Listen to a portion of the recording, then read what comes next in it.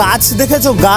গাছের কেমন হয়, গাছের সিচুয়েশনটা কি? বাইরে থেকে একটা পাতলা প্রোটেকশন, চামড়া, কি বলে ওটাকে, ছাল বলে, তার ভিতরের একটা পার্ট, তারও ভিতরে একদম সরু একটা পার্ট থাকে। কলা গাছের ব্যাপারটা ভিতরে কি হয়, মাটি হয়, আর বাইরে থেকে কি হয়, খোলস থাকে না।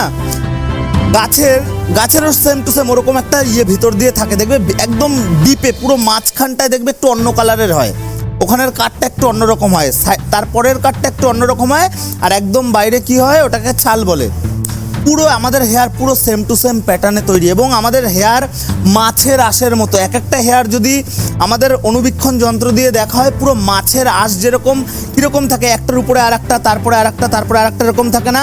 যদি আমরা উল্টো হাতে টান দিই তখন খোলসগুলো কী হয়, এরকম হয়ে যায় না, বেঁধে যায় না।